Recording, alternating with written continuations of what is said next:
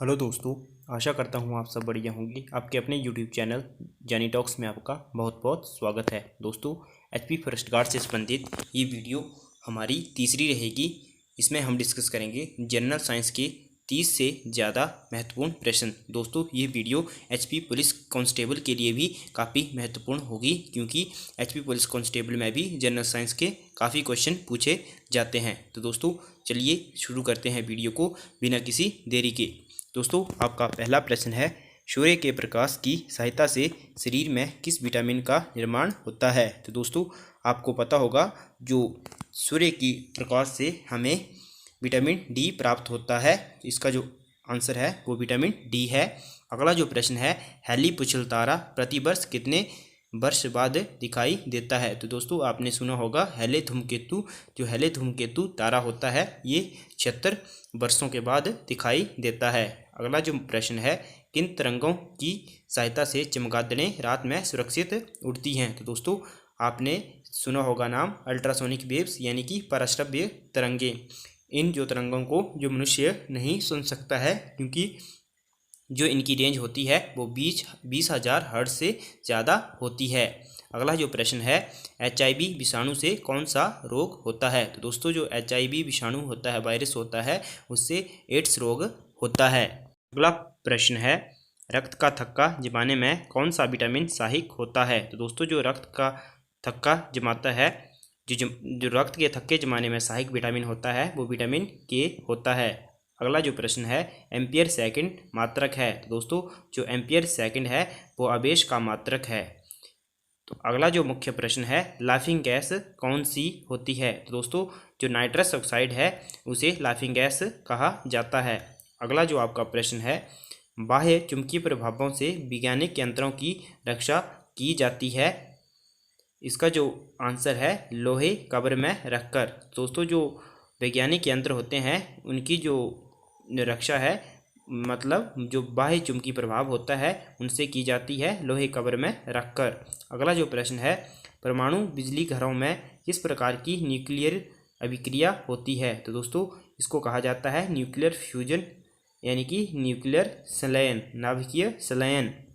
अगला जो प्रश्न है, गामा किरणों पर किस प्रकार का आवेश होता है। तो दोस्तों, जो गामा किरणें होती है उन पर किसी भी प्रकार का आवेश नहीं होता है, वे न्यूट्रल होती हैं। अगला जो प्रश्न है, रेडियो कार्बन तिथि निर्धारण विधि का उपयोग होता है। तो दोस्तों, जो रेडियो कार्बन विधि है उसका जो प्रयोग होता है वो जीवाश्मों की आयु का पता लगाने के लिए किया जाता है। और जो कार्बन डेटिंग विधि होती है उनका, जैसे किसी चीज़ों कोई चीज़ कितनी पुरानी है उसका पता करने में किया जाता है। शरीर का सारा रक्त किसके माध्यम से शुद्ध होता है। तो दोस्तों, जो हमारे शरीर का जो रक्त होता है वो जो किडनियाँ होती हैं उनके माध्यम से फिल्टर होता है, यानी कि ब्रिकों के माध्यम से। अगला जो प्रश्न है, हाइड्रोफाइट किसे कहते हैं। तो दोस्तों, जो जलीय पौधे होते हैं जो समुद्र वगैरह में उगते हैं उन्हें हाइड्रोफाइट कहा जाता है। अगला जो प्रश्न है, दो समांतर दर्पणों के बीच रखी वस्तु के कितने प्रतिबिंब बनते हैं। तो दोस्तों, जो दो समांतर दर्पणों के बीच वस्तु रखी जाती है उसके अनंत प्रतिबिंब बनते हैं, यानी कि इनफाइनाइट। अगला जो मुख्य प्रश्न है, दो समांतर दर्पणों के बीच रखी वस्तु का सबसे अधिक चमकीला प्रतिबिंब कौन सा होता है। तो दोस्तों, जो दूसरा प्रतिबिंब बनता है दो समांतर दर्पणों के बीच रखी वस्तु का, वो सबसे चमकीला होता है।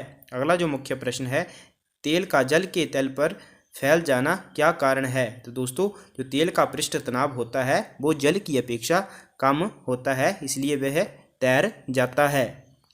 अगला मुख्य प्रश्न है, पेंसिल का लेड होता है। तो दोस्तों, जो पेंसिल का लेड होता है वो ग्रेफाइट का बना होता है। अगला जो प्रश्न है, सड़क पर चलने की अपेक्षा बर्फ़ पर चलना कठिन क्यों होता है। तो क्योंकि दोस्तों, बर्फ़ में सड़क की अपेक्षा जो घर्षण होता है वो कम होता है, जिससे बर्फ़ पर फिसल जाते हैं। दोस्तों, अगर अभी तक आपने हमारी वीडियो को लाइक नहीं किया है जल्दी से वीडियो को लाइक कर दीजिए और हमारे चैनल को भी सब्सक्राइब करना ना भूलें। दोस्तों, अगला जो आपका मुख्य प्रश्न है वो है, लोलक घड़ियाँ गर्मियों में सुस्त क्यों हो जाती हैं। क्योंकि दोस्तों, जो लोलक की जो लोलक होते हैं उनकी लंबाई बढ़ जाती है, जिससे उनका आवर्तकाल बढ़ जाता है, जिससे घड़ी सुस्त हो जाती है और हमें धीरे धीरे चलती हुई प्रतीत होती है। अगला जो प्रश्न है, ऊंचे स्थानों पर पानी 100 डिग्री सेल्सियस से कम ताप पर क्यों उबलता है? दोस्तों, क्योंकि जो ऊंचे स्थान होते हैं वहाँ पर वायुमंडलीय दाब कम होता है, जो एटमॉस्फेरिक प्रेशर होता है वहाँ पर लो होता है। अगला जो मुख्य प्रश्न है, पीतल मिश्र धातु किस किस की बनी होती है? दोस्तों, जो पीतल धातु है वो जस्ता और तांबा की बनी होती है। दोस्तों, आपने मुझे बताना है, कमेंट बॉक्स में कमेंट करके बताइए, जो ब्रॉन्ज धातु होती है वो किस किस की बनी होती है। अगला जो मुख्य प्रश्न है, गैसों के दाब ज्ञात करने वाला यंत्र को क्या कहा जाता है? तो दोस्तों, जो गैसों का दाब मापा जाता है उसे मैनोमीटर कहा जाता है। अगला जो प्रश्न है, Bhabha atomic research centre Trombe में स्थित 5वें न्यूक्लियर रिएक्टर का क्या नाम है? तो दोस्तों, उसका नाम है ध्रुव। 5वां जो न्यूक्लियर रिएक्टर है Bhabha atomic research centre Trombe में, उसका नाम है ध्रुव। अगला जो प्रश्न है, अग्नाशयी रस में पाया जाने वाला एंजाइम ट्रिप्सिन प्रोटीन या पेप्सिन को किसमें बदलता है? तो वो बदलता है छोटे पेप्टाइड्स में बदल देता है, जो एंजाइम होता है। अगला जो मुख्य प्रश्न है, मनुष्य में दाद रोग के रोग कारक कवक का नाम क्या है? दोस्तों, जो मनुष्य में दाद या खुजली होती है वो माइक्रोस्पोरम के कारण होती है। अगला जो प्रश्न है, स्कर्वी नामक रोग किस विटामिन के अभाव में होता है? तो दोस्तों, विटामिन सी की कमी से स्कर्वी रोग हो जाता है। विटामिन ए की कमी से रतौंधी होती है और विटामिन बी की कमी से बेरी नामक रोग हो जाता है। अगला जो मुख्य प्रश्न है, सबसे भारी धातु कौन सी है? तो दोस्तों, जो ओस्मियम धातु होती है वो सबसे भारी होती है। विद्युत का सबसे अच्छा चालक क्या है? दोस्तों, जो सिल्वर होती है धातु यानी कि चांदी, वो विद्युत की सबसे अच्छी चालक होती है। अगला जो मुख्य प्रश्न है, पोटासियम का अयस्क कार्नेलाइट का सूत्र क्या है? दोस्तों, जो पोटासियम का अयस्क होता है कार्नेलाइट, उसका जो सूत्र है वो है KCl MgCl2 और 6H2O, साथ में उसमें 6 वाटर के अणु भी होते हैं। अगला जो प्रश्न है, यूरेनियम के नाभिकीय विघटन में अंततः क्या प्राप्त होता है? दोस्तों, उसमें प्राप्त होता है सीसा यानी कि लेड। अगला जो मुख्य प्रश्न है, ध्वनि को मापने की इकाई क्या है? तो दोस्तों, जो ध्वनि को मापा जाता है वो डेसिबल में मापा जाता है, इसका जो यूनिट होता है वो बेल होता है। दोस्तों, आज की वीडियो में इतना ही। तब तक के लिए बाय। जय हिंद, जय भारत, वंदे मातरम।